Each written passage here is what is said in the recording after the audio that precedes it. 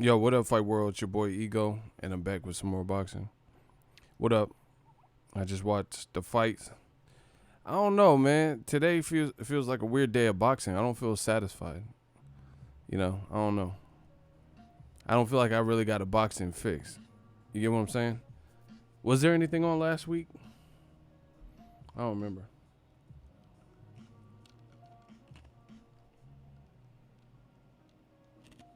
I don't feel like I really got a boxing fix, even though there's a lot of boxing on. I don't know. Maybe it's just my mood, but we got to talk about it. Deion Washington said me either. Shakur Stevenson won. I can't fault him too much. He destroyed his man, dropped him. I think it was twice. The dude didn't want no more. Guevara or whatever his name is. I can't fault him because that wasn't the person he was supposed to fight. And they went through different options trying to that was the third person he was supposed to fight. And they all pulled out for, different reasons. Didn't want to fight him, wanted more money. But, it didn't really tell me nothing new about Shakur Stevenson. Like, he just, hometown fight, has to feel good for him for that regard. But it wasn't much of a competitive fight or test. I personally enjoyed his last fight on the Crawford-Khan card better because I thought that was more, Christopher Diaz didn't just lay down, even though he got beat up, got dominated. It was still more competitive, still more of a fair fight. So that was that. He got stopped in the second round, so there wasn't really much to it, nothing to really break down. I watched the DAZN main event. We got to talk about that. Make sure y'all smash the like button. The real is back. Smash the like button, Digital Mob. Shout out to my dude, Gerald Washington. He got a good bounce back coming off of a loss to Adam Kaunowski, who's a real good heavyweight, contender prospect. Washington had a good win over Robert Helenius. He knocked him out late. He was down on the scorecards. That was good. Golden Boy took some L's tonight. Golden Boy took some L's for sure. Here's why. Manuel Tino Avila, he got stopped. He's actually from where I'm from, out here in the 707. But he got stopped in his fight. Like, he said he was feeling good recently. Like, in what I read in the quotes, he got stopped. He also lost to Joseph Jojo Diaz previously, but he didn't get stopped. It was on like a Canelo Chavez Jr. undercard or something. So he's been pretty much MIA, like, in terms of activity. He hasn't really been the most active. And then he just got stopped. So that's one Golden Boy fighter. Then Ronnie Rios stopped Diego De La Hoya, and he was undefeated. He was someone that they were building up. He was someone that they were building up in the Golden Boy land or whatever. As far as prospects, he has a famous last name, De La Hoya. And he just got stopped by a veteran. Actually, now that I think about it, I think Ronnie Rios fought Rigondeaux. Let me check. Let me check something real quick, y'all. Make sure you guys smash the like button. Yeah, so Ronnie Rios came out with the victory.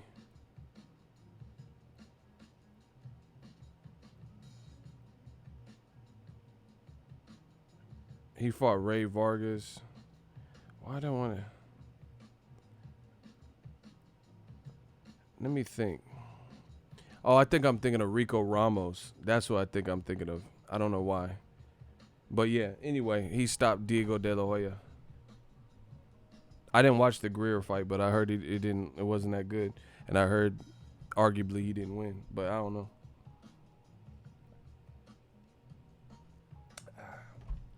So Diego De La Hoya got stopped, hurt to the body, got up real late. And then the main event. Well, that's what I want to talk about. That Comeda versus Ray Vargas. The fight itself was solid, but the commentary on DAZN was atrocious. Like, I'm really having a hard time, like, listening to the commentary. Sergio Mora is weird because this is just my opinion. I don't know if they like. I don't know what goes on behind the scenes. I got my own brand and my own business, so I'm my own boss. So I don't, I'm my own boss. That's all I can say. So I don't really know what happens, with some of these gigs, commentary gigs. I don't know if they have a fighter meeting and then they have a meeting behind the scene with the commentators and kind of tell them, like, coach them on what types of things they want to bring up. I don't know. But when Sergio Mora was an active fighter and I used to see him on PBC or hear him on PBC commentary, I don't remember him being this bad. Do you get what I'm saying? When he was a PBC commentator before the DAZN deal, I don't remember Sergio Mora. I don't remember his commentary being so off to me. Like, I'm finding myself routinely disagreeing with what. It's weird how that happens with people. He said AJ is a composed finisher. Watch this. Yeah, we watched it. Then we watched Andy Ruiz crush Joshua. Joshua was like, Joshua got that temple shot and fucking discombobulated. Andy Ruiz was like, yeah, oh shit. Joshua started looking crazy. He talking about watch this. Yeah, man, the DAZN commentary is trash. Like basura, garbage pail kids, man. Oh my gosh. But anyway, I don't remember Sergio Mora's commentary being that, like, why I constantly feel, damn, this is terrible, but whatever. Anybody can't get it. Ever since his stint with DAZN, like, I just find myself not agreeing with a lot of what he's saying. And it has nothing, just listen to what's being said, bro. Listen to what's being said. Like, the commentary, you can tell, I hate the commentary where it doesn't depict the action that's happening, and it's like they're trying to force feed you what's happening.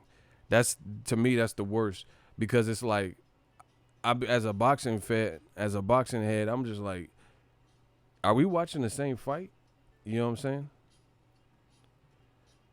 DAZN is winning, though. Block him. What are you talking about? This motherfucker just came in cheerleading. Block boxing six head. Get him the fuck out of my shit. We got enough shooters in here. Get him. Boxing head, yeah, get him out of here. Cheerleading with no context to what you're saying. Get him the fuck out of my chat. Anyway, back to what I was saying. Make sure you smash the like button. The commentary is it's pretty bad. You could tell they have a horse in the race. You could tell it's just bias, It's just HBO 2.0. I like Roy Jones. I can't wait for someone to give him a job, but the commentary is just not engaging at all. Main event, Comeda versus Ray Vargas. They were praising the Golden Boy fighter in the main event, Ray Vargas, like no other.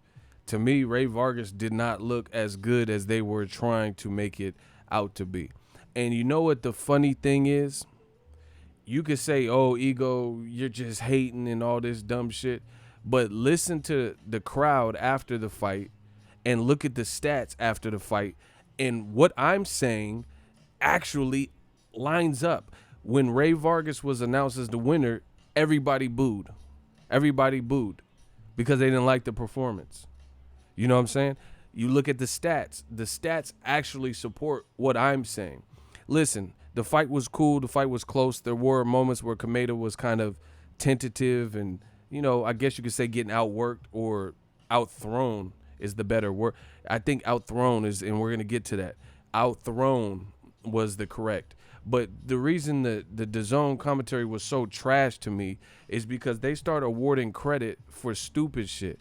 There's a lot of people that get bamboozled and led astray and brainwashed by poor commentary or agenda-based commentary when it's not even the case. Like, they'll lead you to believe that you're seeing something that's really not going on. So this whole I'm tweeting about it and shit. This whole time I'm listening to Sergio Mora rave about how great Ray Vargas is with his jab, right? The whole telecast. Oh, great jab. Comeda, he's trying, but he's throwing singles, and Ray Vargas's jab is so effective. and he's controlling the distance, and Comeda hasn't. Okay. So I'm like, what the fuck is he talking about? Right? I'm like, what is he talking about? Because Comeda was landing, he wasn't throwing the same volume, but he was very accurate. He was boxing well. He landed the bigger shots, the more eye-catching shots, you know, the head rock back, you know, the shots that make your head rock back and stuff. His accuracy was on point. You know, the DAZN commentary was building up on the notion that doing more means more. That's not the case. There's an old saying, work smarter, not harder. Comeda was boxing well. The fight was a lot closer than they were indicating. You know, that's it. Point blank, period. It was a lot closer than the fight, than the commentary was indicating. And here's the question. I'm going to pose a question to you guys. Make sure you smash the like button, right? Sergio Moore and DAZN were acting like Ray Vargas was oh so effective against Comeda, and he had nothing for Vargas, and he was using his height to perfection and all this shit. Why was he getting hit with the pressure shots? Why was he getting drove back and pushed back? If he was really and truly controlling Comeda with the jab, then how is he the one that's getting pushed back?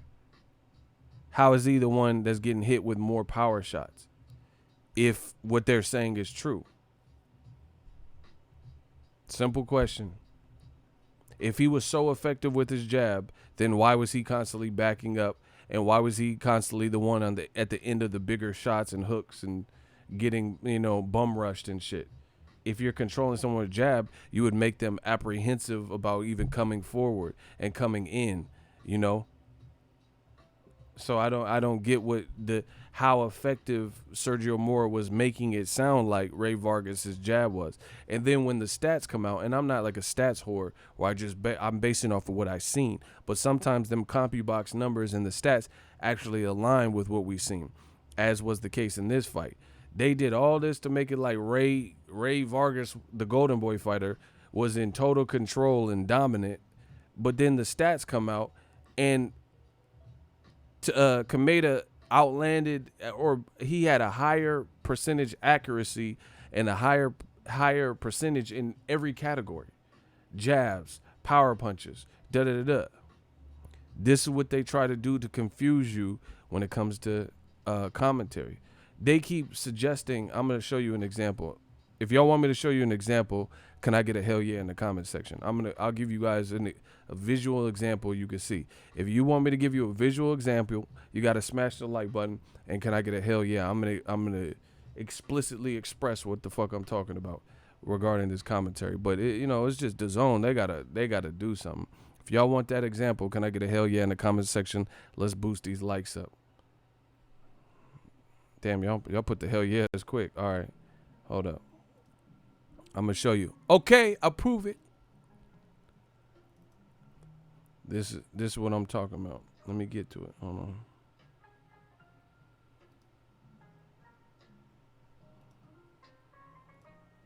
Okay.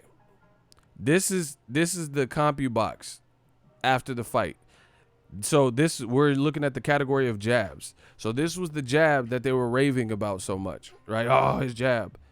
He threw 443 jabs and landed 51 for a 12% accuracy percentage. So we don't care about this number, how much was thrown. He only landed 51 of the jabs. So yeah, he was giving the illusion of being busy, but how effective is your jab if you're landing almost just above 12%? I mean, just above 10%. You threw all these jabs and landed 51 versus Comeda. He could have been busier on the jab. I will say that. He threw 77 and landed 13 for 17%. So block Christopher West. What you talking about? It can't be right. This is the graphic from DAZN. Block him. I don't got time for the bullshit. You motherfuckers gonna learn quick on my channel. Block him. What are you talking about? It can't be right. This is from the actual telecast. You see how they had to make stuff up? Bro, that's a screenshot from the actual telecast. Motherfucker talking about that can't be right. Why they put it up then? So anywho, that's the case in point. Block AK Alex DR. Block him too. That's the case in point. We don't care that you threw 400. That's giving the impression that you're busier, but you're not effective. Part of boxing is effective aggression. That's how you score boxing. Effective aggression. So throwing punches is cool, but when you get master class boxers like a Floyd Mayweather, right? He throws punches with intent to connect and to score and to win and to, touch the opponent and rough the opponent up. Stop them in their tracks, that type of stuff. Ray Vargas, to me, the comparison I made on Twitter, he looked like a sloppier Leo Santa Cruz. Like, he's not as crisp as Leo Santa Cruz. He kind of flails with his punches, like Amir Khan a little bit, pushes his punches. And, like, even his clinches, he was looking all antsy. I don't know. It wasn't really an attractive style. Comeda was out there boxing and looked sharper. He could have been busier in spots, but he was definitely the more active fighter, and it made for a close fight for that reason. But they were just raving about Vargas looking exceptional. Block Justin Trick. Block him. Get these motherfuckers out of here. Shooters, handle that. Justin Trick. Get him out of here. Shout out to DJ Punch. In my opinion, they're raving about Ray Vargas, having a sensational jab. But at the end of the day, how effective is your jab if you threw 443 and you're barely over 10%? How are you controlling the fight? How are you controlling the distance? And you're landing that amount. And this guy keeps coming forward, keeps driving you back, and keeps landing the bigger power shots. Doesn't really make sense to me. So I think DAZN, in an effort to, I guess, big up the Golden Boy fighter, since this is a Golden Boy card, they were heavily pushing it.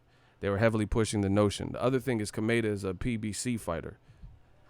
I think he has a Japanese promoter, but he's also, part of the Premier Boxing Champions, if I'm not mistaken, in the U.S. for his promotion. So, they were just making it like Ray Vargas was boxing this master class. Some of the cockamamie stuff Sergio Mora particularly said, he was comparing this fight in some way to Juan Manuel Marquez. He said, oh yeah, this is new age Mexican style. Some people are saying what Ray Vargas is doing isn't Mexican style, but this is Mexican style. This is new age Mexican style. What the fuck is new age Mexican style? Please let me know. This is horrible commentary. First of all, we know what Abel Sanchez and, what people are referring to as Mexican style. What the fuck is new age Mexican style? Please let me know that. He's talking about this is new age Mexican style, and he had like a weird comparison to Juan Manuel Marquez. Marquez threw combinations. Marquez is one of the crispest counter punchers out there. He's one of my favorite counter punchers of all time. Ray Vargas's punches did not look fluid like a Juan Manuel Marquez. You seen what he did to Pacquiao. You seen what he did to Katsidas. You seen what he did to Juan Diaz. You seen what he did to Mike Alvarado. What are you even talking about? Please don't compare Ray Vargas, what he did and how he looked tonight, to a legend like Juan Manuel Marquez, because they have the same trainer in Nacho Beristain. Come on, bro. And Sergio Mora is the fighter, and he's the one advocating for this. Just because two fighters have the same trainer don't mean they fight alike. Finito Lopez, Oscar De La Hoya, Marquez, they all use Nacho Beristain, and they don't all fight alike. They all fight different. So that was a horrible comparison. What is new age Mexican style? Makes no sense. It was bad commentary, man. The fight was pretty close. Comeda got deducted a point in the final round, which was kind of stupid. He hit on the break, but it looked like Vargas, I don't know. It looked like he overplayed it and got a point deducted because he was, dramatic about it. I don't think the ref in a close fight, I don't think he should have did that in the 12th round, because in a close fight, any type of deduction, you should have just gave him a stern warning. If you do anything like that again, you getting blocked. You getting disqualified or a point deducted. A stern ass warning. But in the 12th round, I don't really agree with that. Yeah, I don't know. I just don't think Ray Vargas. He did what he had to do. He looked cool in spots, but he didn't like the bull rush. I didn't like how he was clinching. He just looked kind of frantic and frustrated. I think Comeda clearly had the better accuracy, clearly had the better, more fluid shots and the more structure. The only thing is he could have, put some pep on the step, and I think he could have improved fighting a taller guy. He should have jabbed more. And that's basically what I've seen. But let DAZN tell it. Ray Vargas was on some Floyd Mayweather masterclass boxing. Funny. I don't know if it's just me, but I can't get with these DAZN scorecards. No, it's not just you. It's me, too. They scored that shit way wide, even with the point deduction. They made it sound like Ray Vargas was out there demolishing Comeda, which wasn't the case. But, between the commentary and the judge's scorecard, that's the type of stuff that kind of turns people off from boxing, because it's like, did we watch the same fight? The worst thing that, it's one thing that the fighter already got to take a L and take a loss, but to disrespect them in that moment too, by making it look like it was a landslide. They did that to Amir Khan. So it's bad enough Amir Khan got knocked the fuck out by Canelo, but to make it look like Canelo was up on two judges' scorecards, come on. Amir Khan was doing well for himself in the first 4 rounds. He was really winning. He's not durable enough to deal with Canelo's power. But, that's like adding insult to injury. He gets knocked the fuck out, and they tell you the scorecards were way one-sided. Yeah, I don't like them scorecards. So I don't know. Rigondeaux. If Rigondeaux fought kind of weird last time, so I don't know where he's at, because he was kind of fighting toe-to-toe. But the old Rigondeaux, if he fights anything like he fought like versus Donaire, I don't see Ray Vargas beating him. Ray Vargas is a big dude for the division, so I think that's kind of what's keeping him like in the win column, is kind of size. But I don't think I don't know, he can improve in some things. But yeah, man, I really wasn't feeling that DAZN I'm trying to look at my Twitter, look at some of these notes. There was a lot of suspect point deductions from referees today. In the Joe Joyce Jennings fight, the ref took a point on the first low blow and warned him on the second. That's what I'm saying. I hate that when it's bad judging. Bad judging, bad referee calls, bad commentary. Oh, yeah, here. Look, this is what I tweeted. So now DAZN is more impressed with more jabs landing than more power punches. Look at the time, 8:51, while the fight's still going on. Trash. So, boxing is so funny. You see how these dudes never have, they act like they like people don't score one way. Like, there's a certain criteria you're supposed to be looking at. But you notice their system of scoring fights is always goes with the win. Like, if the hometown fighter is, I don't know, like a Brandon Rios type who's just kind of no defense, come forward, then they act like that's what they love, because that's the hometown main event guy, right? But then when they put on a performance like Ray Vargas, you hear Sergio Mora talking about, oh yeah, his jab, he's just dominating because he's jabbing. Now they all of a sudden like the jab. Like, it's crazy. It should be all over the place. 1 minute they act like they like the come forward, aggressive, nonstop power puncher. Like, you listen to DAZN when they were doing the commentary for Brandon Rios versus Canelo's brother, Raymond Alvarez. They were like, oh, what a war, and this is just great action. This is what fights are supposed to be. And then the hometown fighter, or the DAZN fighter, Ray Vargas, is moving a lot, kind of fighting frantic, jabbing, doesn't have the crisper work. Now they love the jab so much. It's funny how that works. Now they love the boxing and using range. And like I said, the simple question is this: if what Sergio Mora and DAZN were saying was so accurate, and Ray Vargas had such an impeccable jab, then why is Comeda getting past it? Why is he landing power shots? Why is he pushing forward? Doesn't that defeat the whole purpose of a solid, stiff jab? Because the person is constantly getting on the inside. Horrible. What else? I'm trying to look at my notes. Yeah, they said Vargas, quote, Vargas is in complete control. And they said that at the beginning of round 8, and then round 8 was one of Comeda's best rounds. So I thought he was in complete control. See, that's what I don't like about commentary like that, because when you get to the end, if it ends, or someone gets knocked out, then based on, if you listen to, HBO was notorious for this. DAZN's doing it now. Listen to HBO's commentary, the biased commentary, and you listen to DAZN's commentary, how biased they are. And then when someone gets knocked the fuck out, then the fans are like, if the fans don't know any better and can't think on their own, and they were just reliant on HBO's biased commentary or DAZN's biased commentary, then it would seem like a shocker that this person got knocked out. Right? Like, you listen to the DAZN commentary for the Andy Ruiz fight. They literally said, Sugar Ray Leonard, a Hall of Fame boxer, what are Andy Ruiz Jr.'s chances? What can he do to beat Joshua? And he was like, man, he just got to throw punches. I'm like, that's it?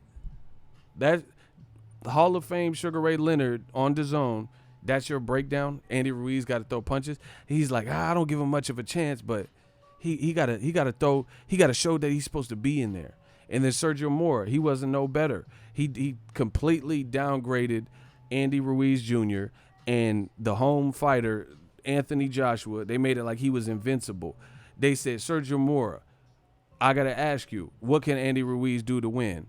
And Sergio Mora was like, oh, man, you're putting me on the spot. You're putting me on the spot. You're going to make me answer that question? I don't really know what Andy Ruiz could do to win, but if I had to pick something, he's going to have to do this. And then after the Latin Snake, Sergio Mora, that's his nickname, the Latin Snake, after Andy Ruiz upset Joshua, then he started doing this Latino pride stuff on Twitter, saying, oh, this is historic for Mexican fighters, and this is great. All right, so Latin Snake, why didn't you give Andy Ruiz any shot before the fight? You waited until Andy Ruiz proved you wrong. Now all of a sudden you want to big up Andy Ruiz and he did it for Mexico and all this stuff. No, keep the same energy. That's what we on all 2019. Keep the same energy. Me, I'm out here preaching to y'all, doing 7 reasons, telling you Andy Ruiz Jr. ain't no scrub. Andy Ruiz Jr. could complicate things with Anthony Joshua. I said that before the fight. The videos are still up. I said, I hope Joshua, I did several videos. I said, I hope Anthony Joshua is not overlooking Andy Ruiz. Y'all motherfuckers said I was crazy. Said Ruiz getting knocked out in the first 6 rounds and all the type of shit. DAZN commentary. They gave Andy Ruiz no credit. Now all of a sudden they on Andy Ruiz's dick. He doing parades in Imperial, California. DAZN camera people is there. What you there for? You didn't give him no shot to win. You didn't give him fair commentary before he knocked out Joshua. You waited till after he accomplished something to jump on his dick. Nah, we not doing that. Keep the same energy, DAZN. Straight up. DAZN gave Andy Ruiz, go watch the telecast. He gave him no fucking chance. They gave you no type of insightful breakdown, which I knew was going to be a competitive fight, and I told you that before. They gave you nothing. Oh, I don't know. Andy Ruiz, he just got to show that he belongs, and, people expect him to lose, and, they weren't saying nothing. They weren't saying nothing positive about Andy Ruiz Jr. He could pull the upset, and then when he does it, when Andy Ruiz Jr. pulls the upset, now all of a sudden Sergio Mora cheerleading, talking about, yeah, you missed a great fight for Mexico and, Latinos around the world. Why, if it was all that, why didn't you give him this type of praise before he did it? Because you thought he was going to get stomped. You thought he was going to get steamrolled, and he didn't. Man, we're not dealing with that fair weather shit. Give these fighters their props beforehand. Educate yourself beforehand. Andy Ruiz Jr., he arguably shouldn't even have any loss because I thought he beat Joseph Parker. They gave him it was criminal. That's why I made the 7 reasons for these motherfuckers, bro. It's criminal what they did to Andy Ruiz. And I'm the one that stood up for boxing. DAZN's commentary is trash. Trash. Shout out to Chad Adams. Y'all gonna fuck around, turn me to Ego Valley. $2 super chat. He said, preach. Yeah, man. The motherfuckers don't want to keep the same energy. They didn't want to give Andy Ruiz no shot. No shot of winning versus. They didn't give the boxing fans nothing to hold on to. They said it was going to be a blowout, and we all know what's going to happen here. And then when he pulls the unthinkable, which is not really unthinkable if you actually know styles make fights and you do your homework on Andy Ruiz. Andy Ruiz was sparring Evander Holyfield when he was 21. He been fighting since he was 6 or 7. Joshua ain't. And motherfucking Joshua, he do a bunch of exercises that don't have shit to do with boxing. Joshua, he be doing like Andre Ward said, Instagram model shit. Andy Ruiz been that dude. He been had fast hands. He been fighting since he was a kid. He had weight loss, all that. So, man, DAZN, they got to fix their commentary. It's bad, bro.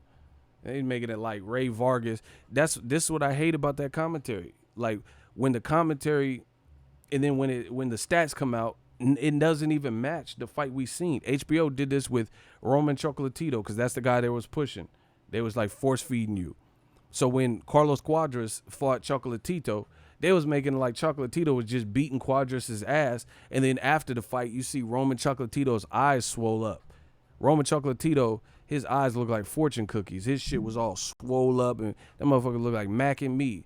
So you listen to HBO commentary, you like, what happened? What happened? You made it sound like, like he was working Cuadras. We got to get back to good boxing commentary. This blow by blow, they getting just anybody to do the blow by blow, and it's horrible. Their blow by blow blows because they're not telling you what's happening. They're trying to create their own narratives and protect the hometown fighter, all that bullshit. No, tell it just merely tell us stats and facts and what you see happening. They making it like Vargas's jab was so effective. That shit wasn't effective. If it was so effective, then Comeda wouldn't outland him and have a higher percentage in every category and be landing the higher power shots. Like Jamal Charlo, he got a good jab. Kovalev, he got a good jab. Triple G, he got a good jab. Jermell Charlo, he got a good jab. Floyd got a good jab, bro. These are people with good jabs. Wilder got a good jab, truth be told. Watch the Chris Arreola fight and see how Chris Arreola, the smaller guy, couldn't get on the inside. That's because Wilder has power and Wilder got a good jab. Look at Bermain Stavern. Look how the shorter guy couldn't get on the inside of Wilder's wingspan. That's boxing. That's a good jab. Ray Vargas was pushing with his punches and looking frustrated in there. Stop it, man.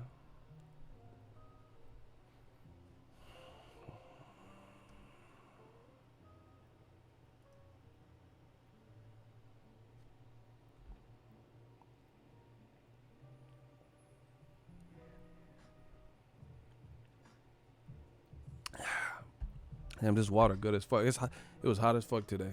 Make sure you guys smash the like button. Yeah, man, we got to get make boxing great again and shit. We got to get the commentary back up to par. Man, Roy Jones has a non-compete clause from HBO. So contractually, he said, I talked to him at the Charlo fight, and he said he can't get a commentary gig job for about another 8 months. I can't wait till that exhausts. Somebody need to snatch him up because he obviously knows what he's talking about. But some of these other blow-by-blow commentators, man, stop it. DAZN got it. It's horrible, bro. You don't have to see. This is what the promoters do. You don't have to force feed us this shit. Just show us what's happening on the TV. That's why it's always that's why people, at least casuals, they're so shocked when Andy Ruiz Jr. beats Joshua because they didn't value the actual matchup. They didn't actually look at Andy Ruiz's strengths and weaknesses pitted against them. They coattail people and they're pushing a product. That's one of the things. If I had a key to success, is just being truthful in this game and not pushing a product. I'm not telling you what I feel. Like Errol Spence, Mikey Garcia. I've interviewed both. I like Errol Spence. I like Mikey Garcia. But if you pit those two against each other in the current, division at 47, I'm picking Errol. Just what I told you. I'm not pushing a product. That's what I think is going to win. He said DAZN shouldn't even have aired tonight. Yeah, man, boxing, I was left a little unsatisfied tonight. Like, I didn't really see I don't know. I just didn't get stupid hyped off of any of the fights. But I think it'll be better next week with Pacquiao, Thurman. I mean, just because the magnitude of that fight, that could be crazy ending or some shit. Today is career day, Army. We getting schooled up in this boxing commentary into business by Professor Ego. Yeah, y'all funny. Joe Joyce looked like food. I didn't even watch his fight, but I heard it was a rough night. It went the distance. Joe Joyce is like speed. He's like slow, and he's there to be hit. I don't think What if Wilder hits him? There's a lot of power punchers. Daniel Dubois, he looked good. I like that. I don't know. I think based on what I was reading and shit, I didn't know everything about Nathan Gorman, but I expected less of a one-sided fight. Daniel Dubois really won every round. Maybe you give Gorman the first round, but not by a lot, even if you gave him the first round.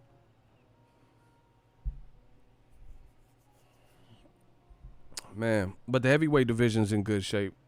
At least these motherfuckers are fighting and shit. Joe Joyce versus Jennings. Next week you have Rivas versus, that's a tough fight for Dillian White. And I hope Dillian White's not making the Joshua mistake. I really do. Because he's been talking more about Usyk, the WBO, the WBC, Deontay Wilder, 600 days of waiting, Anthony Joshua on testosterone. He's been talking about all things Tyson Fury, dropping Tyson Fury. He's been talking about all things outside of Oscar Rivas. So these underdogs ain't like coming to lie down. I don't even know I guess Oscar Rivas probably is the underdog. I don't really get into the bet and shit. Dubois got to work on his defense a little bit. He's there to be counted. He gets he bites off a little bit too much and gets a little wide with his punches when going in for the kill. You got to watch that because somebody with some short shit like an Andy Ruiz, you trying to bulldoze. That's exactly what Joshua did. Joshua tried to bite. Oh yeah, I'm about to steamroll this motherfucker. Man, Andy Ruiz versus Joshua. I'm picking Ruiz again. Especially, I hope it happens in America or Mexico. I'm picking Ruiz. The thing is this: how is Joshua gonna fight? How is Joshua gonna be? I feel like Joshua has a puncher's chance just because he's big and he's strong and he's the bigger and longer paws of the two. But other than that, this is the Andy Ruiz show, baby, because Joshua now knows that Ruiz can definitely hurt him. He dropped him 4 times. So I just feel like Joshua is hard to just forget all of that. And even if Joshua hurts Andy Ruiz, he hurt him the first time. And that's when he got into all the trouble. So now what is he going to do? Is he going to just jump on him? And, he's going to have to be stupid cautious because this is what got him in trouble in the first time. And versus Andy Ruiz, his confidence on another, he just flipped his whole life like Fresh Prince. My whole life flipped around. And I'd like to take a minute, just sit right here and tell you how I became a prince of a town called Bel Air. Andy Ruiz's whole life changed after this. So his confidence is through the roof. He has the faster hands. He should have the more momentum and confidence. Man, Joshua Matchroom is hoiting. Matchroom's going to hurt. They going to be on that Justin Timberlake. Cry me a river. If Joshua lose. You were my sun. You were my earth. Cry me a river. That's going to be horrible. Especially if Dillian White lose and AJ lose. Oh, my gosh. Because GOLDENBOY, man, some of they people is dropping off like flies. This is probably why they don't want to put Canelo in there with Charlo or Andre. Diego De La Hoya got stopped. Tino Avila got stopped. That's my guy. He's from out here, but he got stopped. I don't think Ray Vargas looked that great. Cancio beat Machado again. You know, who does Golden Boy have? David Lemieux, I don't know where the fuck he been. You know, the best looking people on, I guess, are Ryan Garcia, Marlon Esparza, and Virgil Ortiz Jr. that are signed with Golden Boy. You don't even hear about the black fighters signed to Golden Boy, like Keandre Gibson and Rashidi Ellis. You don't even hear, like, them motherfuckers in the back. I never even hear about them. I don't even know when they fighting. You know, and then it's Canelo. Mauricio Herrera got destroyed by Virgil. So who's, you know, Diego De La Hoya just lost. Golden Boy, they, you know, that's probably why they don't want to put Canelo in with risky styles. Diego De La Hoya quit. Yeah, it kind of looked like that. I mean, that body shit took it out of him, it looked like. And he was just like, nah. You know, a lot of times fighters check out and they quit because they know they know how they're feeling at that given moment, and they know if it is to continue, it's going to only get worse. So they check out. You know what I'm saying? Like Joshua. Joshua knew Andy Ruiz was coming for that ass. Joshua's did all this stuff. I'm the landlord.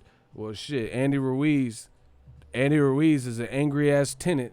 If you the landlord, you try to put the eviction notice on Andy Ruiz's door, and Andy Ruiz was like, bow, bow, bow, yeah. You try to put that eviction notice on the door, and Andy Ruiz opened that shit and temple shot Joshua. Oh, shit. Joshua was like, I thought Joshua was drowning and shit. I'm like, what the fuck? That motherfucker. Ruiz was like, bow, bow, hit that temple. Joshua was in Inception and shit. What the fuck?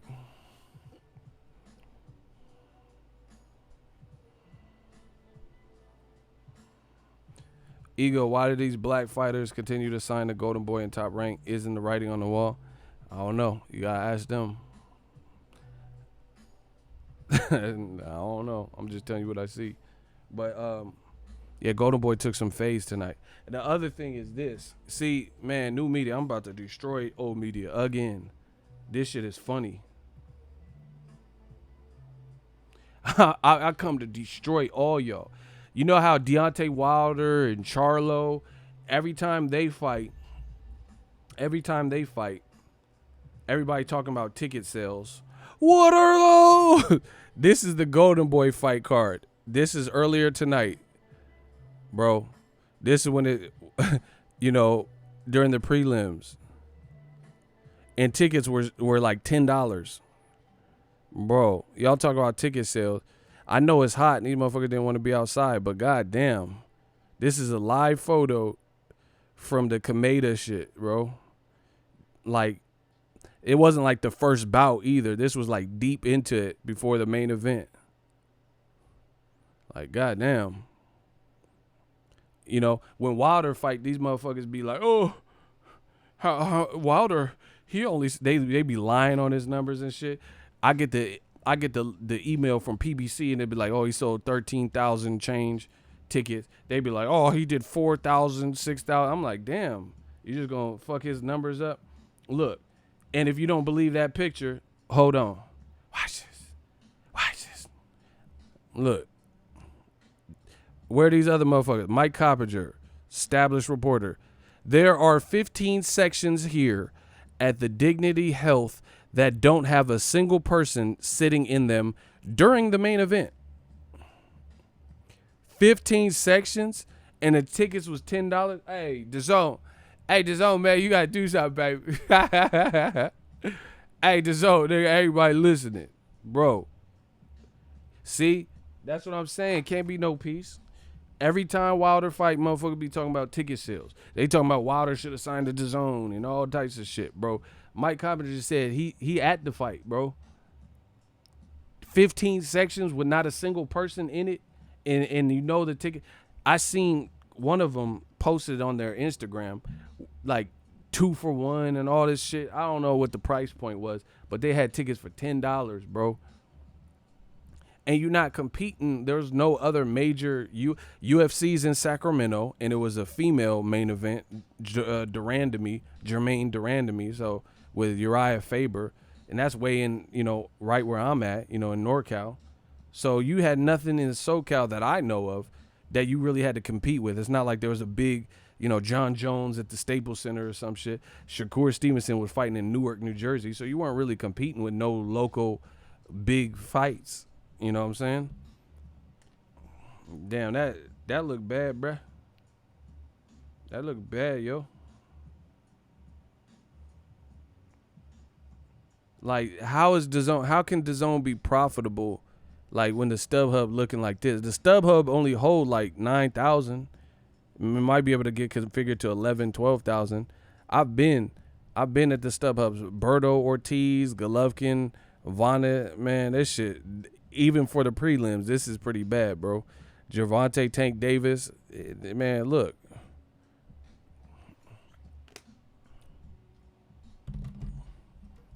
Y'all gotta stop. And me, I don't even give a fuck about ticket sales unless they're gonna give me a percentage. But the reason I'm talking about it is because this is what the new fans do. This is what old media. If old media want to talk about it, then we gonna talk about it. That's fine. Because Tyson Fury, same thing. They said, oh, he's tearing through Vegas and, everybody's coming out to see Tyson Fury. And then they said he did 9,000 tickets in Vegas. I'm like, okay, that's not bad, Main event against a no-namer. And then come to find out, they pulled up the commission report. They sold 5,600 tickets.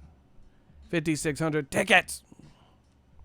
Like, what happened to 9,000? So you basically lied and doubled it and comped 1,200 tickets. Oh, my God. Oh, media, y'all got to do something, baby.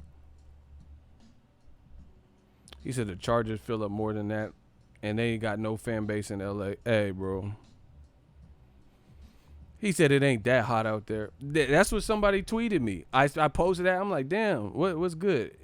And this chick, she was like, oh, yeah, it's because, in all fairness, it's because it's hot. Man, it ain't that fucking hot, bro.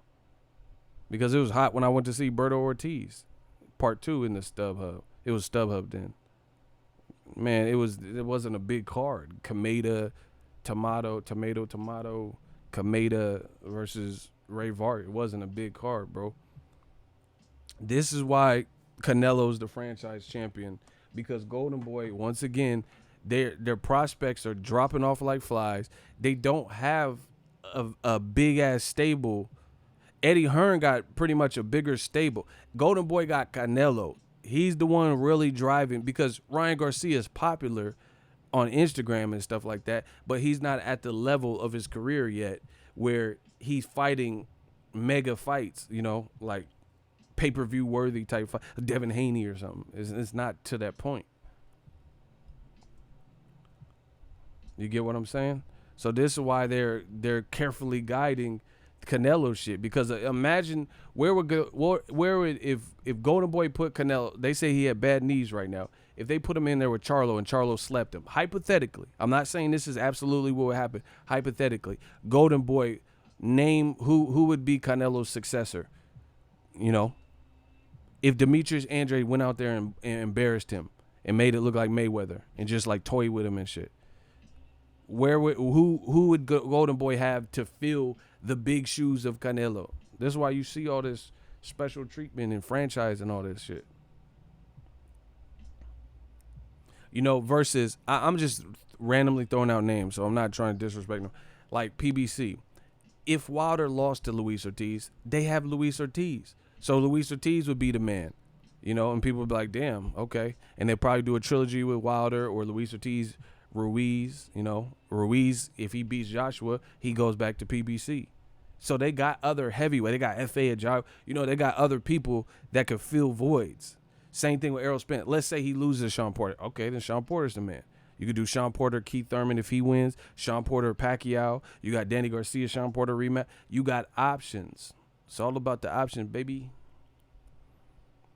If Canelo loses, Golden Boy don't have, DAZN don't have. Bro, that's why you see this. This is why it's like you rather fight Kovalev at 75 than fight Maul at 60. Then fight Andrade at 60. That's what it's looking like because the style matchup. We see Kovalev's vulnerabilities. We don't absolutely know what beats Charlo or what beats Andre because they ain't been beat. We've seen Kovalev lose a couple of times, so there's things you could pick and choose. We don't know what absolutely beats Caleb Smith because he ain't lost. We don't know what absolutely beats Better Biev, and that motherfucker punches like a monster.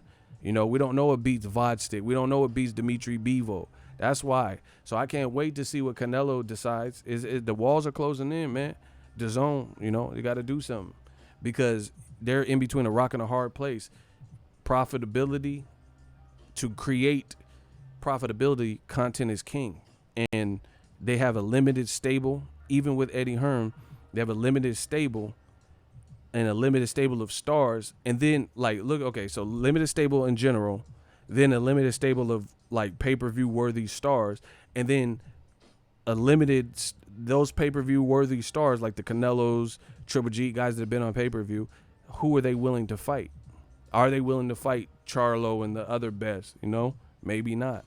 Them or their promotions or whoever, right? And then you look at that, you know, you keep sifting down how many stars they have that are pay-per-view worthy, willing to fight anybody, and their management team is willing to put them in with anybody, plus they have charisma, you know, where they can sell and bring people to the app because they're building up the fight like Conor McGregor, Broner, Pacquiao, Floyd, you know, they just have those type of fan base. Because Pacquiao's been doing a good job selling the fight. Pacquiao, it's like he's almost different since he left Top Rank. He's been speaking out more. You're seeing a little bit more. I watched Pacquiao's whole career, and as soon as he got free from Top Rank, he seemed a little bit more almost jovial. Like he was toying with Broner. He's like, yeah, my upcoming fight, Adrian Broner, he's fast with his mouth. You know, he's like telling jokes and shit. I'm like, oh shit, Pacquiao funny as fuck. You know what I'm saying?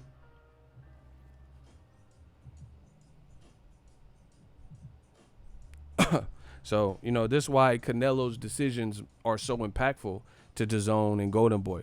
They're trying to make the right decision. And, like, if Canelo or Triple G, man, people already see what it is, bro. If Canelo or Triple G fight Jaime Munguia, that tells you what you need to know.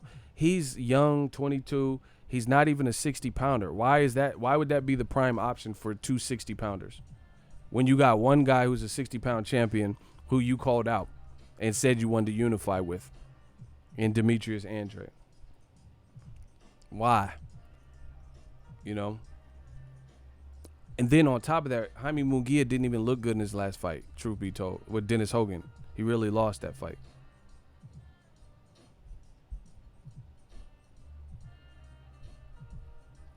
So, you know, that's what makes these decisions more crucial for other promoters. Same thing with Eddie Hearn. This man, if Dillian White, he got Dillian White and Joshua. They gotta win their next fight and or look good in their next fight.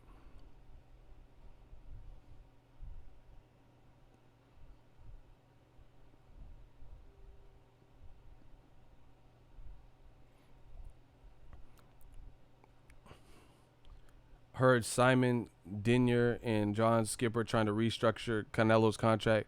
The money ain't guaranteed. This shit is funny. They said the money was guaranteed as long as he fulfilled the contract. Then I started seeing recent write-ups, and it says up to $365 million. Nah. That's not what y'all said. Y'all said 365. When the reports first came out, they said this is the richest sports contract in history. Canelo's getting $365 million for 10, 11 fights, guaranteed. End of story. Now all of a sudden you seeing write-ups talking about if incentivized up to $365 million. No, that's not how you worded it. Man, this shit is falling apart, bro. Floyd got guaranteed money. Floyd fought. He went from Robert Guerrero. This is his Showtime contract. Robert Guerrero, $32 million guaranteed, no matter how successful the pay-per-view was. Canelo, $32 million guaranteed. Plus, you know, he made a lot of money on the back end in that Canelo fight because it sold 2.3 million pay-per-view buys, right? Floyd versus Maidana, 2 fights, $32 million guaranteed. His shit was guaranteed. I told you they want Canelo to be Mayweather, but he's not. Skillfully, he's not. Businessman, Business-wise, he's not. Nothing. Floyd got $100 million guaranteed checks in the Conor McGregor fight and in the Pacquiao fight. $100 million. He showed you the checks. 2 checks, that's $200 million just off of 2 fights.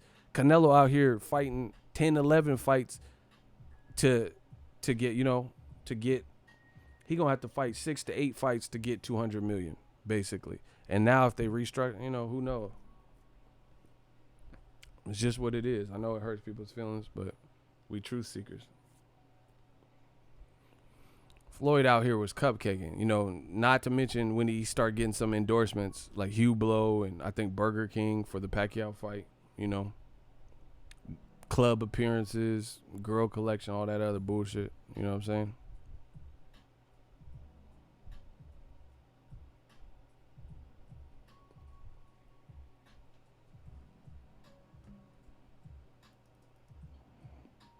Yeah, if AJ don't win versus Ruiz, that's a huge loss.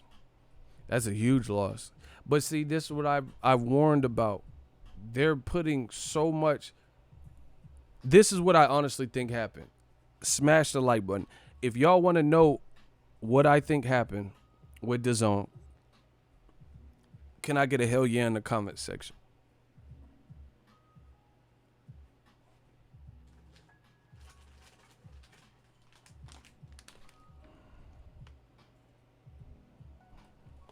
If y'all want to know what I think happened, can I get a hell yeah?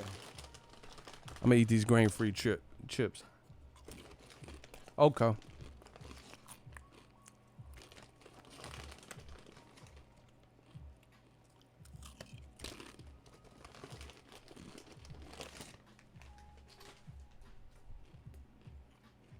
right. Un momento.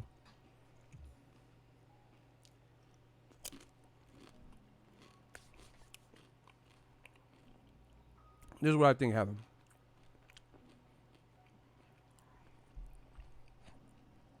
The first person boxing fans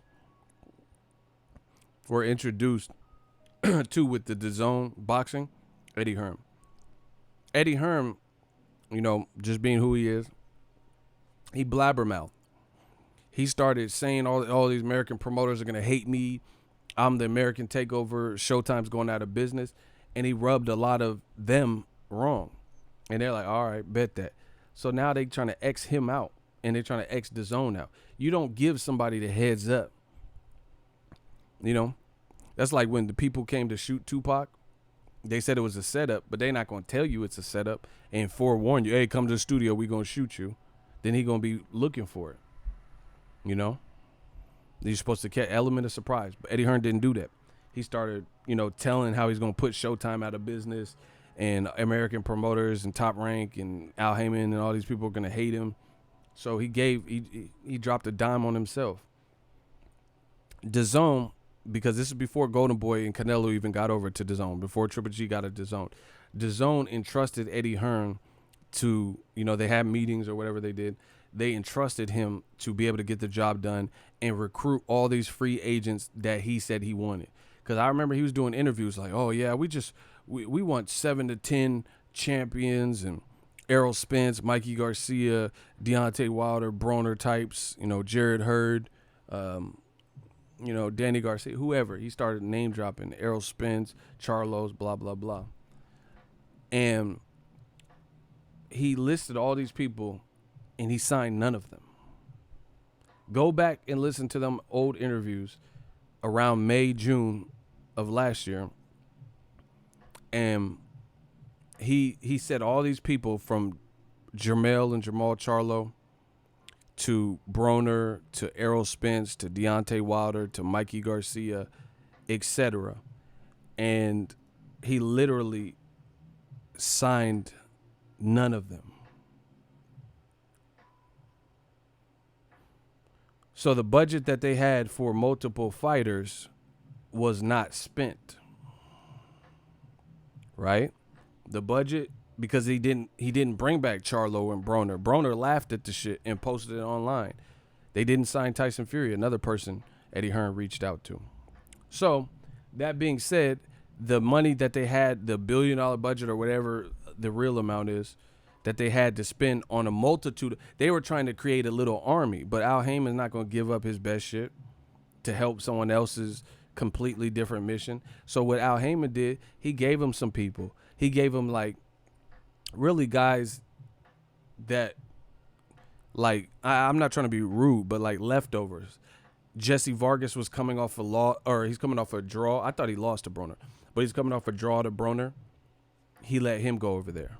You know, people like that. Like guys who weren't really going to necessarily move the needle, and they weren't like the pay-per-view stars and the most charismatic guys that PBC has, like Deontay Wilder. You notice no one with the charisma of Wilder and the pay-per-view attributes went over to DAZN. Errol Spence, Sean Porter, not Terrence Crawford, Wilder, you know, none of them. He gave him a few people. Brandon Rios, Jesse Vargas. You know, Brandon Rios just got knocked out by Danny Garcia and then went over to DAZN. So he gave him the guys that were, you know, coming off draws, coming off losses and shit. And Eddie Hearn was like, yeah, But what I'm trying to say is they're trying to create an army, but they didn't get the army of the best PBC fighters. They just got the, you know, guys coming off of losses and guys who don't really have charisma, you know, and keep them busy. Right? So as soon as HBO Boxing announced that they were going out of business, DAZN seized that opportunity and they're like, fuck, we got to land Canelo because we don't have anybody. We have like, you know, Daniel Roman, Jesse Vargas, Andrade. I think those are probably some of the earliest signings. You know, maybe Tevin Farmer. You know, we don't have no spark, you know, like that person that's just going to really move the needle. So when HBO said they're going out of boxing, then we knew Triple G needed a home. We needed HBO fighters needed a home. So they jumped on Canelo and they threw the bag at Canelo, not really seeing it through, but more in desperation. They're like, man, we got to make Canelo not go to Showtime. Because if Canelo would have went to Showtime, that would have hurt DAZN. Because DAZN could have made Swift Jared Hurd and Jamal Charlo and Canelo, right? Danny Jacobs arguably wouldn't have re-signed with Matchroom if Canelo went over to Showtime. You get what I'm saying? So they knew they had to get him. So they threw a whole bag at him and they got him, but now they got him. Same thing with Golovkin. So they end up basically overpaying fewer fighters instead of developing the army of Broners and Errol Spence, Sean Porter, and, you know, basically the guys that are on PBC where you can sprinkle different fight cards, Danny Garcia and shit like that. So you got you have a starting 5, starting 6, and some are more like bigger fighters than others, and they're hogging up the whole budget. Canelo, Triple G. And then based on history, Canelo, he's not going to be dictated to. So I don't know what you were thinking. If you're giving him $365 million, I hope you put in the contract that you have to influence who he's fighting. That's why I think they're running into problems now. It is 8 weeks before fight week, September 14th fight week, and Canelo still, his opponent hasn't been announced. If that's not a proper indication that there's something going on and some type of disagreement, I don't know what is. Because when do you ever see a superstar who has a definitive date, and we've known since last year that he wanted to fight on this date? He kept telling you. He said, Floyd's gone, I want the Mexican dates. So where's the planning? Where's the planning? How is Canelo 8 weeks out from a fight week date and we don't even know who he's fighting? It's not a good sign.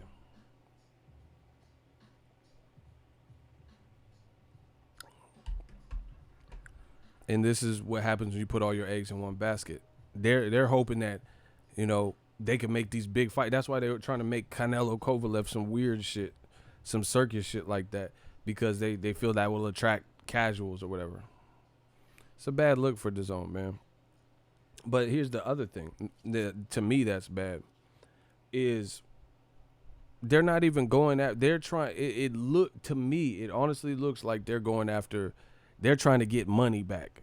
So in in essence, they're looking in the wrong direction. In essence, they're trying to get money and get in the red or get out of the red. So they're not even focusing on them other guys. They're not even like Andre. He should be someone that they're putting a lot of energy into based on his skill level and his willingness to fight. They should be trying to facilitate big fights with him, but they're not. Andre ain't fought no big fights over there. His biggest fight is Matt Selesky, who Jacobs just beat a couple fights ago.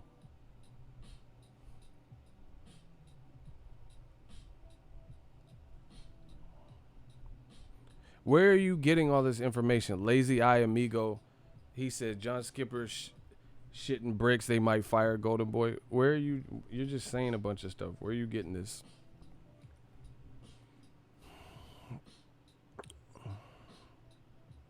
Yeah, like Tevin Farmer, skillfully, he should be in bigger fights, but they're not facilitating them. They're not putting on no big fight. Like, you know what I'm saying? Let me see. Tevin Farmer. I don't even remember the dude's name. Tevin Farmer set to fight July 27th, which a lot of y'all didn't know, against his mandatory Guilherme Frenois. Who is that? In Texas. What? So hold on. See, I don't even know how to say cuz name, so I'm just going to show y'all. That's probably the easier way to go about it. Cuz I don't know. And I understand it's a mandatory, but not all of this is you're not going to trick me with no mandatory shit, because at the end of the day, Tevin Farmer, this might be a mandatory, but what about the Jono Carroll? That wasn't his mandatory too. He only got one belt. So why'd you make that fight?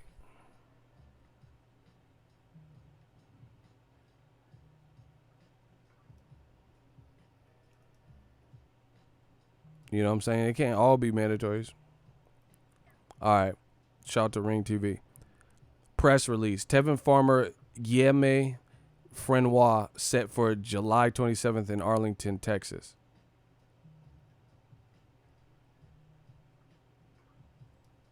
Like fights like that, I don't even know who that is. I don't even know who that is. I understand he's a mandatory.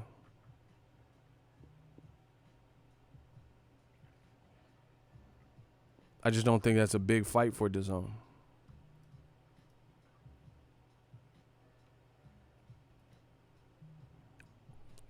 And again, that's cool. This particular one might be a mandatory, but then why did he fight Jono Carroll? These couldn't all been mandatory. So, he fought Francesco Fonseca. I'm not blaming, Tevin Farmer's my dude. I'm not blaming him. I'm just telling you this is what Eddie Hearn is facilitating for him.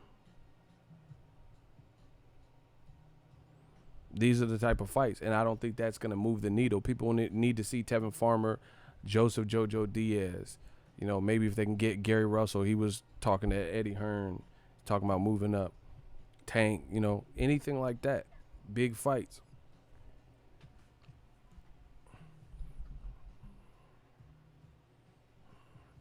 No, Tevin Farmer is staying busy. That's good. But listen, I'm talking about the business. I'm talking about DAZN putting on big events. That's what it's about. You got to put on big events. You got to put on big events to attract the crowd, period. And you have to build some type of momentum. I have not seen that. Like Ray Vargas versus Comeda, that's cool. But, is that a sellout StubHub type of fight?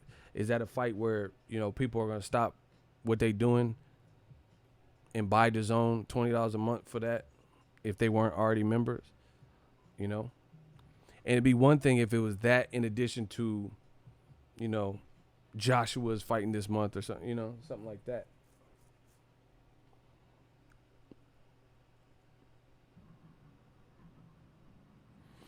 So, I think they're going to have to do a restructure at DAZN, like realign their goals, because lately so far, I don't see how I don't see how this is beneficial.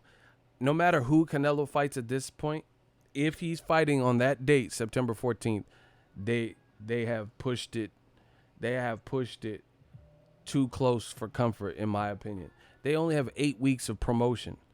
That's a training camp. Like this, like if they wait another week or two, then this is gonna be the same amount of time Joshua had to promote the Andy Ruiz fight, because it was Gerald Miller failed a drug test and they had to switch the opponent, and so they had to negotiate. So I think that's what's taking the announcement so long. It's trouble in paradise. It has to be. Loma Teofimo is a nice match, but that's top ranked, so that would be on ESPN.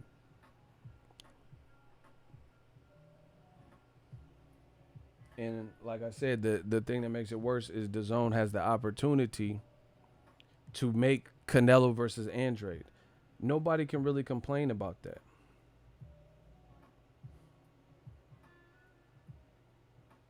Nobody can complain about that. And they rather look in every other direction. They rather look in every other direction rather than do what's, right for boxing. Because they're, like I said, I really feel they're trying to get out the red.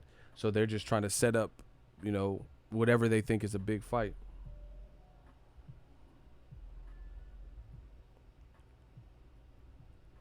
And that's just what it is.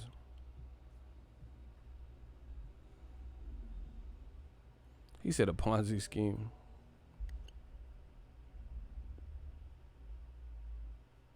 Yeah, Canelo and Andre, like Canelo ain't no punk, so he, I think he would push Andre to be sharp and stuff like that. I think it's a good fight, but it's also a good risk. And does DAZN want to take that risk? That this is what happens. Trying to be strategic.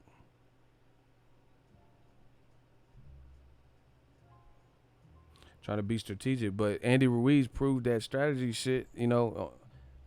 You can't control it.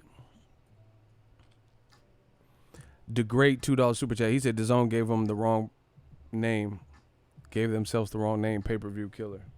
Well, they definitely haven't done that. And then like look at how many people recently lost. Like, real talk. Look at the Golden Boy fighters that all lost on DAZN. Machado just got stopped again for the second time. Tino Avila lost today. Right? Diego De La Hoya was undefeated, just lost tonight. Ray Vargas, I don't think he looked that sharp. Comeda looked sharper to me. But, close fight, whatever. I don't think it was the type of performance that, people are like, oh, yeah, he's a big star now. And then you look at other people on DAZN, like Joshua, he lost. Golden Boy has David Lemieux, where he been. Golden Boy has Mauricio Herrera. He just got knocked out. Golden Boy has Saddam Ali. He just got knocked out on an upset. So just look at all the Golden Boy fighters. Saddam Ali, Mauricio Herrera, Saddam Ali, Mauricio Herrera, Diego De La Hoya, Manuel Tino Avila, right? Diego De La Hoya. I don't know if I said him. That's a lot of Golden Boy fighters. This is like this year and shit. And then not to mention the other guys like, I don't know. I think Ryan Garcia is injured, so he hasn't fought. David Lemieux pulled out of his last 2 fights for one reason or another. Who else is there? Who else does Golden Boy have? Gabe Rosado lost to Mad Selesky. I don't even know if he's with Golden Boy. I'm trying to think. I think Gabe Rosado might have been with Golden Boy. Bernard Hopkins retired. I'm going to Golden Boy's page right now. I'm trying to see who they even have. They have Zhu Can. They got Jaime Munguia, who I don't think he won versus Dennis Hogan. They have Canelo, who's a franchise champion, and I don't know how much of a favorable light he's in. And they have Ray Vargas, who performance-wise wasn't the greatest. Andrew Cancio, he just beat Machado. They have Ves Ulysses, Alberto Maline, Senicia Estrada, Blair Cobbs. As that something, I don't even know who some of these people are, bro. Hey, bro, I'm hold up. Listen, I don't like really. I'm not even trying to be funny. You tell smash the like button. You tell me if you know if you're familiar with these guys. All right, hold on.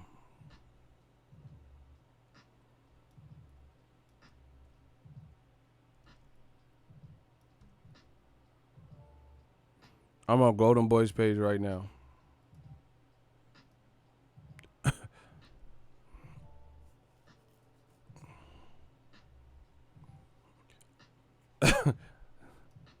All right, Zucan, Jaime Munguia, again, I don't think he won his last fight. Canelo, franchise champion. All eyes are on him. Couldn't get the Kovalev fight. And Ray Vargas, who, he looked cool, but it wasn't the most scintillating performance from him. And Andrew Cancio. Then we moved down.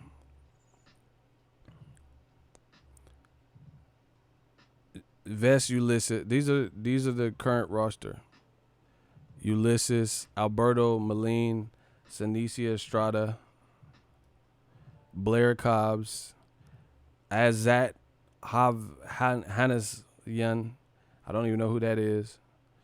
Manuel Robeles III. I don't know if that's the son of Andy Ruiz's trainer. Romero Duno, Marlena Esparza, I know her. Virgil Ortiz Jr. is a beast. Alexis Rocha just fought. Jason Quigley, Lamont Roach, Hector, Patrick Texeria, who Curtis Stevens stopped, David Lemieux, Pablo Cesar Cano, Diego De La Hoya, Joseph Diaz Jr., and Joshua Franco.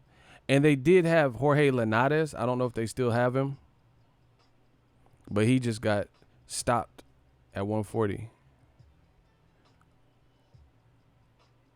Look, I don't know if Jorge Linares is still with him, but he just got stopped too. See, that's a lot of their people.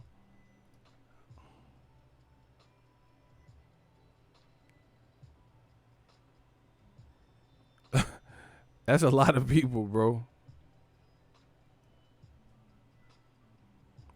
That's a lot of people. Linares lost. Diego De La Hoya lost. Saddam Ali lost. Mauricio Herrera lost. David Lemieux's MIA. We ain't seen him fight. When's the last time David Lemieux fought?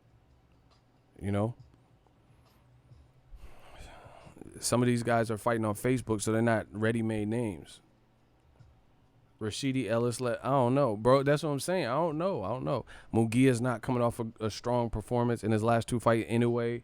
And Dennis Hogan, that's why it's all pressure on Canelo.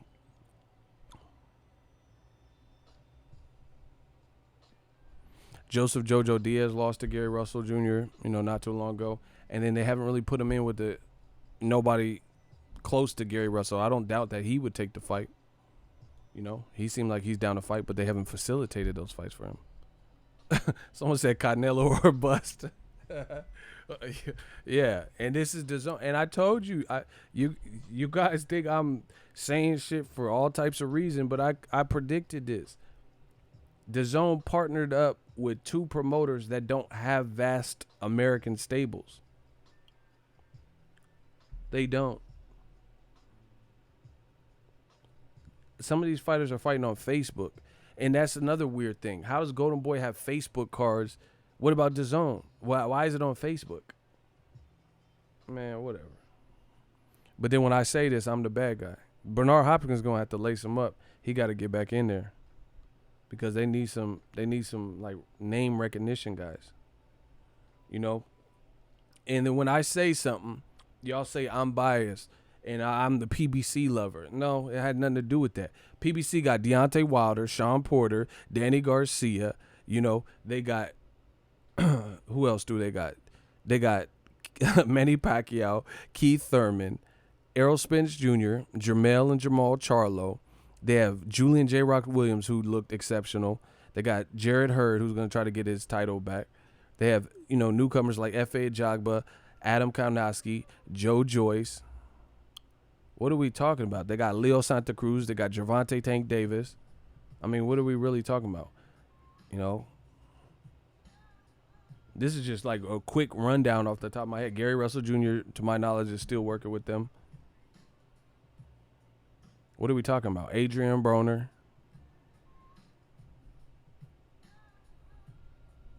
Guillermo Rigondeaux. Oh, yeah, Andy Ruiz, see?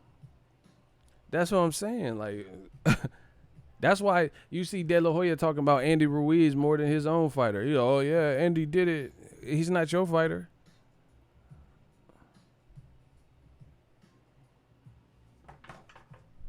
And see, why didn't Golden Boy pick up Andy Ruiz, buy him out of his contract?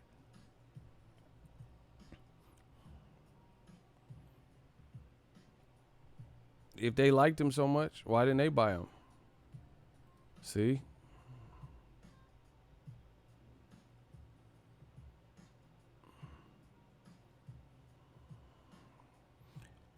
And they got they still got Victor Ortiz, Sergey Lipinets. They got guys like that. I wouldn't mind, Ivan Redcatch just stopped. What's the name? He just stopped Devin Alexander.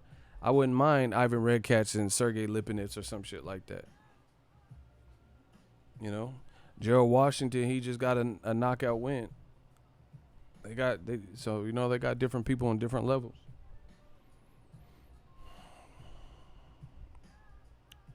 Remember when Golden Boy put on that MMA match? It's Canelo or bust. Yeah, that was embarrassing, bro. That's why you see, just like new media, you see people can't stop talking about me, my channel, new media, the movement. Same thing with Al Heyman. Why everybody talking about Andy Ruiz? Even Top Rank, Bob Arum talking about Andy Ruiz. Good or bad. De La Hoya talking about Andy Ruiz. DAZN talking about Andy Ruiz. Everybody talking about him. Pacquiao, Thurman. Everybody talking about that. You see other people being asked. Like, you see people that don't have nothing to do with it. Like Golden Boy people asked about Pacquiao, Thurman fight. Who wins? Right? You don't really see Errol Spence being asked who he got Ray Vargas and Comeda. You don't see the Charlos, someone, a news person catching up with the Charlos and saying, hey, who you got, Ray Vargas or Comeda? Do you get what I'm saying? But everybody's talking about Pacquiao Thurman, not just PBC fighters. You're liable. I seen Terrence Crawford. He's a top ranked fighter. He weighed in on Pacquiao Thurman. You ain't never seen, you see people from BT Sport and shit talking about Wilder Fury, Wilder Ortiz, David Allen. Where's David Allen's thoughts on Comeda versus Ray Vargas? That's how you know if it's a big fight, bro. I want to hear David Allen's thoughts on Comeda versus Ray Vargas or Cancillo versus Machado too. People aren't talking about those fights the same. They're cool fights and all that. That's great, but it's not getting the traction like that. It's just the reality.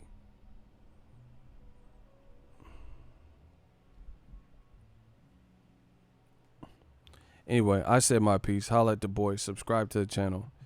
I think DAZN got some. They got to get this Canelo show on the road. They got to be all in with Canelo, and I can't wait to see who he decides. Period. I can't wait. It's about to go down. Oh, my shooters is clapping. Yeah.